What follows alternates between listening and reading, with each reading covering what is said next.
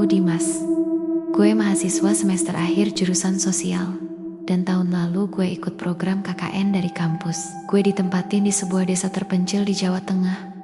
Namanya Desa Tumbal. Iya, lo gak salah denger. Tumbal. Dari awal aja gue udah mikir, ini kayak bercanda. Masa iya, nama desa kayak gitu, tapi ternyata beneran ada. Perjalanan ke sana cukup jauh. Harus naik mobil dari kota sekitar 3 jam. Terus lanjut jalan kaki, karena kendaraan gak bisa masuk sampai ke dalam. Desa itu kayak terisolasi. Sinyal susah, listrik juga terbatas. Tapi karena niatnya pengabdian masyarakat, ya kita jalanin aja. Gue berangkat bareng 5 teman KKN lainnya. Raka, Santi, Liana, Yudi, sama Dita. Semuanya excited, walaupun awalnya udah pada ngomong, nama desanya serem banget ya. Tapi ya kita anggap bercanda. Namanya juga anak kota. Mana percaya hal-hal mistis.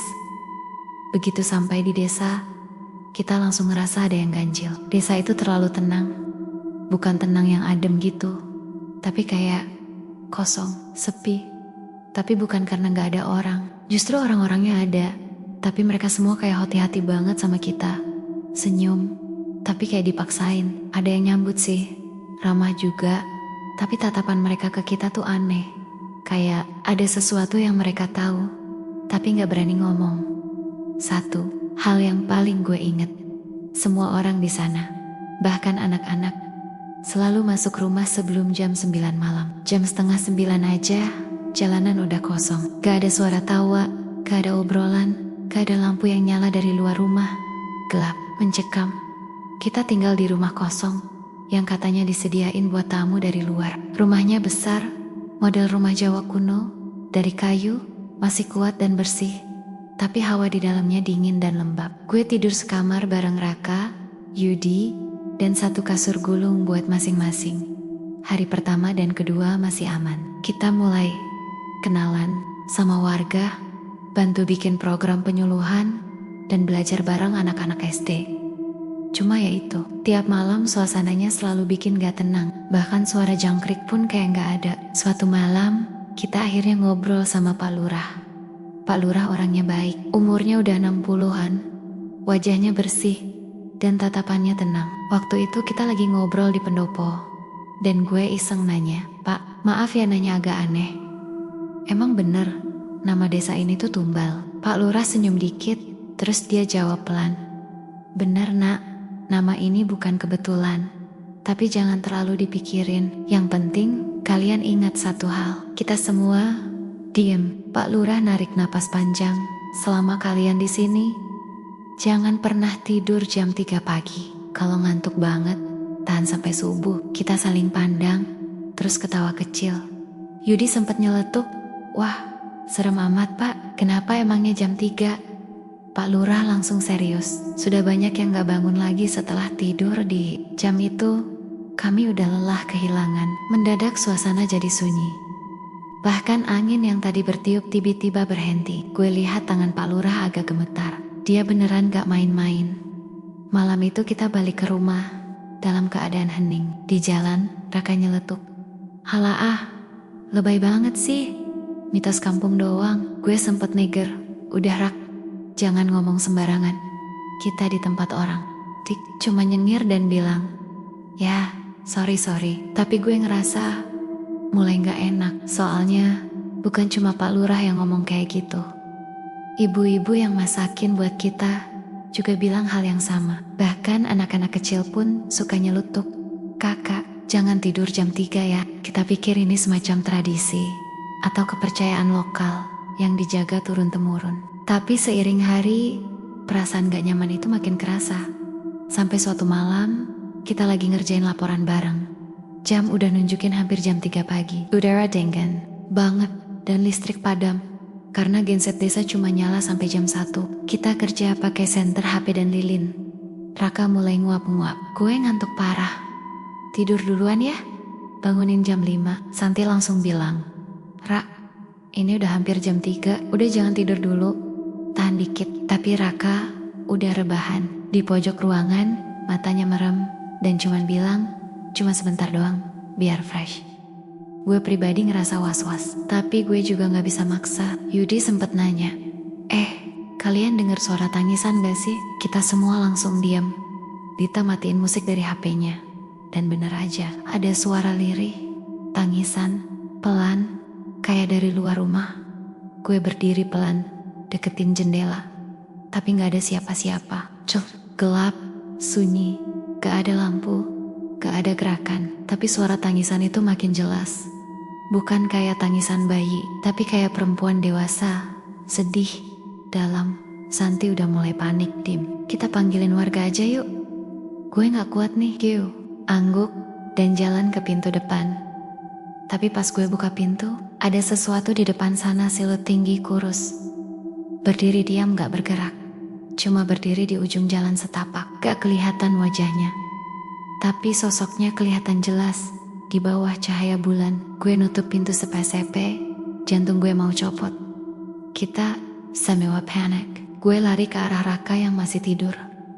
Tapi aneh, badannya kayak kaku, dingin, dan dia duduk pelan, sendiri, gak bangun biasa.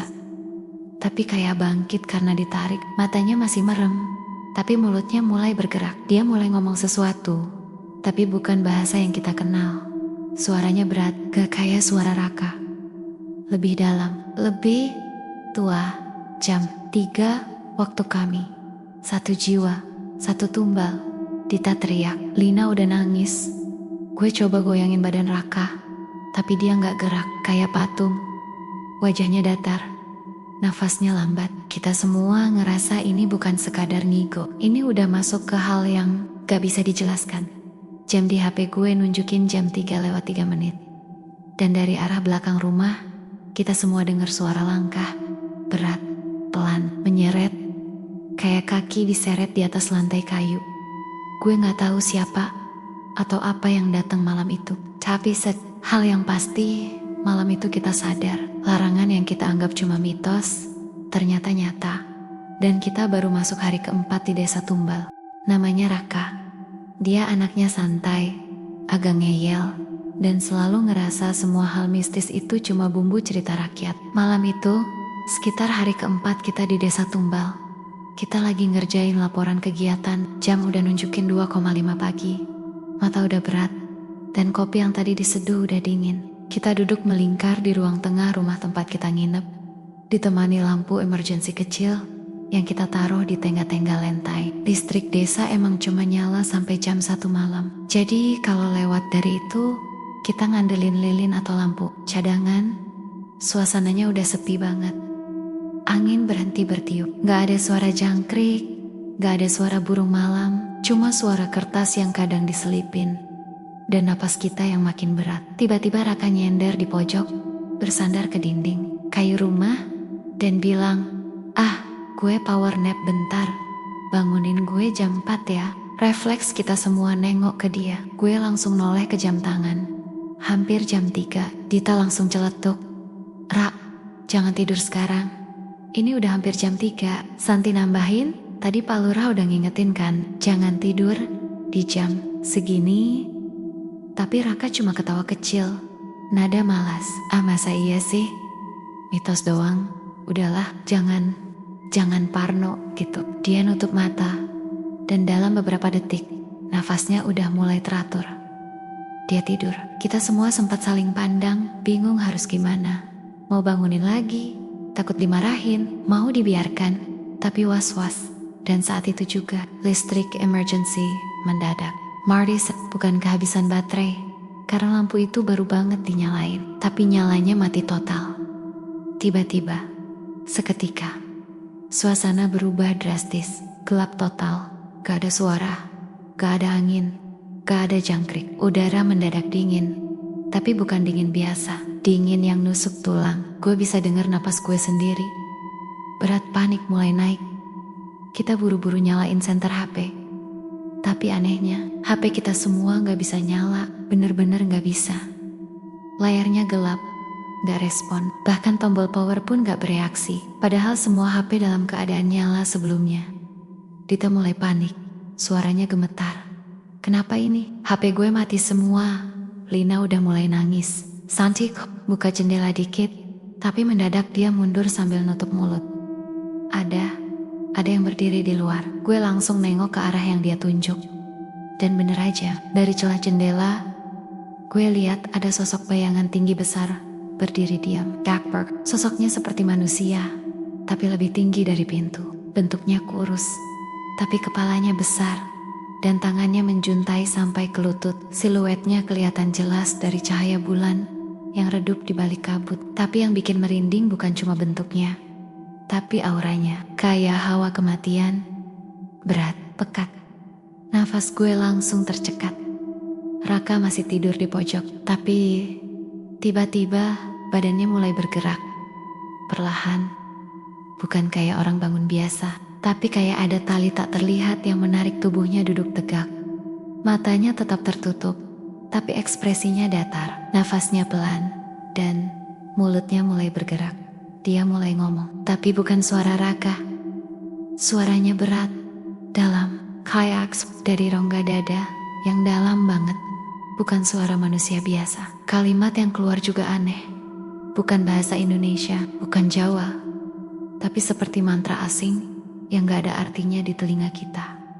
Dan akhirnya dia ngomong jelas. Jam 3, sudah kutandai, 1 jiwa, 1 tumbal. Kita semua langsung mundur. Gue nyoba nyamperin dia, teriak sambil goyangin badannya. Raka, bangun woi, lu bekanda aja. Tapi dia gak bereaksi. Badannya kaku, matanya tetap merem, tapi melotnya terus ngucap kota-kota itu. Ulang-ulang. Suaranya gak berubah. Dari luar jendela, sosok tinggi itu makin jelas. Sekarang dia kayak bergeser mendekat. Tapi bukan jalan, kayak ngambang. Gerakannya gak alami. Pelan, tapi pasti. Kayak ditarik oleh niat yang jelas. Masuk, mengambil tiba-tiba pintu depan terbuka sedikit sendiri. Padahal tadi kita udah kunci. Daun pintunya bunyi berderit pelan, dan hawa dingin masuk dari celahnya. Suara langkah pelan terdengar, tapi bukan langkah biasa. Bunyinya kayak seretan kaki panjang, gesekan keras antara kulit dan kayu lantai. Santi udah gemetar, mulutnya komat kamit, baca doa. Lina kejang-kejang kecil sambil peluk lutut. Yudi berdiri dekat dinding sambil megang kayu sapu buat jaga-jaga. Walau kita semua tahu itu percuma, gue nekat berdiri di depan Raka, nutupin dia dari pandangan ke jendela. Gak tahu kenapa, gue ngerasa kalau makhluk itu ngelihat ke arah dia. Bukan ke kita, tapi ke Raka doang. Dan di saat itu, Raka membuka matanya perlahan.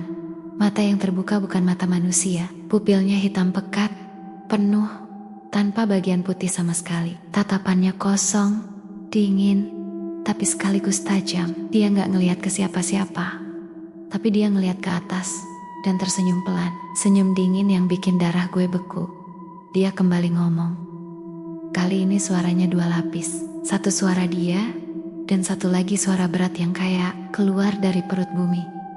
Tumbalnya sudah siap, pintunya sudah dibuka. Tiba-tiba dari atap rumah terdengar suara cekrak-cekrak, seperti kuku atau cakar yang menggores kayu.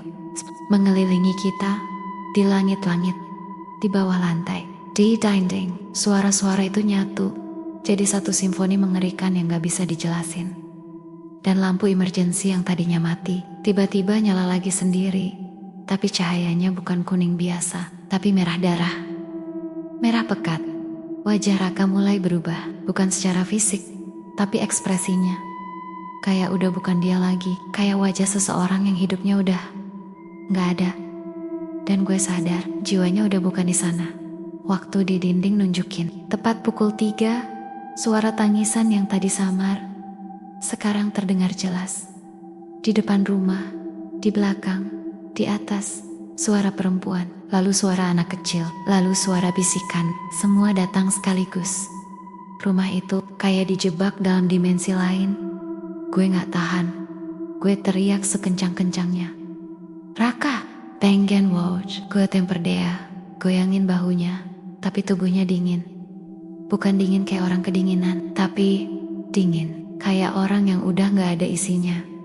Dari luar jendela, makhluk itu masih berdiri. Tapi sekarang, senyum, tanpa wajah. Tapi lo bisa tahu, dia senyum, dan tubuhnya perlahan menghilang, larut dalam kabut, Dan begitu jam di dinding bergeser ke jam 3:01, semua suara langsung hilang. Lampu emergency mati lagi. HP kita semua nyala lagi serempak. Dan tubuh Raka jatuh ke lantai, pingsan. Tapi matanya masih terbuka. Kami semua membisu. Gak ada yang berani gerak, gak ada yang ngomong. Semua cuma nangis pelan, nunduk, gak ngerti apa yang baru aja kita lihat. Dan malam itu adalah malam terakhir Raka bisa kita ajak ngobrol. Pagi harinya, suasana rumah itu lebih sunyi dari biasanya. Bahkan, suara ayam yang biasanya ribut dari jam 5 pagi pun gak terdengar sama sekali. Sinar matahari masuk pelan dari sela-sela papan kayu rumah, tapi suasananya tetap dingin. Kayak sinar itu gak bawa kehangatan sama sekali. Kita semua duduk melingkar di ruang tengah, mata sembab, wajah pucat, dan gak ada satupun dari kita yang sempat tidur semalam. Dan Raka masih di pojok ruangan itu, di tempat dia terakhir jatuh semalam. Yang aneh, matanya masih terbuka. Bukan terbuka seperti orang kaget atau terbangun, tapi kosong, gak fokus. Pandangannya lurus ke atas langit-langit, kayak lagi ngeliat sesuatu yang gak bisa kita lihat. Dia diam, gak ngomong, tapi nafasnya masih ada. Pelan, rata. Gak kayak orang koma, tapi juga bukan kayak orang sadar. Sekitar jam 8 pagi, Pak Lurah datang bareng seorang pria tua berambut putih. Badannya kecil, bungkuk, dan matanya cekung. Warga nyebut dia Pak Darman, semacam tabib dan dukun desa. Tapi yang lebih penting, dia satu-satunya orang yang dipercaya ngerti soal penunggu di desa ini. Dia langsung jalan pelan ke arah Raka, jongkok di depannya, lalu meletakkan tangan di dada Raka. Matanya merem, bibirnya komat kamit pelan, kayak baca sesuatu dalam hati. Kita semua nahan napas. Setelah hampir 2 menit, dia buka mata dan berbisik. Pelan, tapi cukup buat kita semua dengar. Dia udah kosong, jiwanya diambil. Badannya cuma tinggal wadah. Waktu dia bilang itu, gue ngerasa kayak perut gue langsung mual. Lina langsung nangis lagi. Dita mundur, nutup mulutnya sambil gemetar. Santi cuma bisa duduk bengong, matanya kosong, kayak gak percaya apa yang baru dia dengar. Gue sendiri gak tahu harus gimana, antara takut, bingung, dan marah. Raka emang ngeyel, tapi dia teman kita. Dan sekarang dia kayak bukan orang yang sama. Pak Lurah duduk di lantai, nadanya pelan tapi berat. Makhluk itu datang setiap beberapa tahun, biasanya ngambil satu jiwa, tumbal buat penyeimbang, biar desa ini gak kena musibah. Tapi syaratnya, dia hanya bisa masuk kalau ada yang tidur di jam 3 pagi. Kita semua saling pandang. Jadi, ini bukan pertama kalinya. Dita yang pertama kali nanya. Suaranya gemetar. Kenapa gak pernah dikasih tahu dari awal? Pak Lurah ngelus dada, nafasnya berat. Kalau dikasih tahu, orang kota malah ngeremehin. Dan makin sering diomongin, makin kuat dia. Gue mulai kesel, tapi kita nggak tahu teman kita sekarang kayak gini. Pak Darman cuma geleng pelan, nggak bisa dikembalikan. Kalau udah diambil, nggak bisa ditukar. Jiwa dia udah bukan di sini. Warga desa, anehnya, nggak terlihat panik atau kaget, kayak mereka udah biasa, udah pasrah. Gue baru sadar, wajah mereka semua itu bukan sedih, tapi kayak lega. Lega karena tahun ini tumbalnya udah diambil, dan itu bukan dari mereka. Itu rasanya kayak ditusuk dari belakang. Jadi selama ini, setiap beberapa tahun, ada yang dikorbankan, dan mereka diam aja. Gue tanya ke Pak Lurah, berapa banyak yang udah jadi korban? Dia diam sebentar, lalu jawab pelan, sejak desa ini berdiri, mungkin 20-an. Tapi yang dari luar desa, nggak dihitung, karena yang dari luar biasanya nggak balik. Gue langsung mikir, jangan-jangan banyak yang ke desa ini tapi nggak pernah keluar lagi. Santi nanya pelan, kenapa dia ngincar orang yang tidur jam 3 pagi? Pak Darman jawab dengan suara lirih, jam 3 pagi itu jam sunyi, dunia manusia dan dunia mereka paling dekat. Orang yang tidur di jam itu, rohnya paling mudah dilepas karena tubuhnya nggak sadar, gak siap, dan kalau dia keburu masuk, jiwa itu milik dia. Liana nambahin, jadi Kalau kita nggak tidur jam segitu, kita aman. Pak Lurah geleng. Bukan soal nggak tidur, tapi soal waspada. Kalau kalian sadar dan bangun, dia nggak bisa masuk. Tapi begitu kalian lengah, dia bisa mengendap. Dia suka ngambil yang nggak percaya. Gue langsung inget kata-kata Raka malam itu. Ah, masa sih? Mitos doang, kayak potongan puzzle yang telat masuk. Hari itu, kita semua gak tahu harus ngapain. Raka tetap di pojok, dikasih selimut, tapi gak ada perubahan. Dokter dari kota datang sorenya, tapi hasilnya nihil, gak ada luka, gak ada gejala medis. Secara fisik, dia sehat, tapi jiwanya udah pergi. Besoknya, kita mutusin buat pulang. Kegiatan KKN dibubarin mendadak. Gak ada yang bisa mikirin laporan atau program kerja. Kita cuma pengen jauh dari tempat itu. Sebelum kita pergi, Pak Darman manggil kita. Dia ngasih satu pesan, kalau kalian pulang, jangan pernah sebut nama desa ini dengan lengkap ke orang lain. Jangan pernah nyeritain dengan sombong. Jangan pernah bangga kalian pernah ngalamin. Karena itu bisa manggil dia. Gue cuma bisa angguk, gak berani tanya kenapa. Beberapa hari setelah kita kembali ke kota, Raka dibawa ke rumah sakit. Tapi gak ada hasil.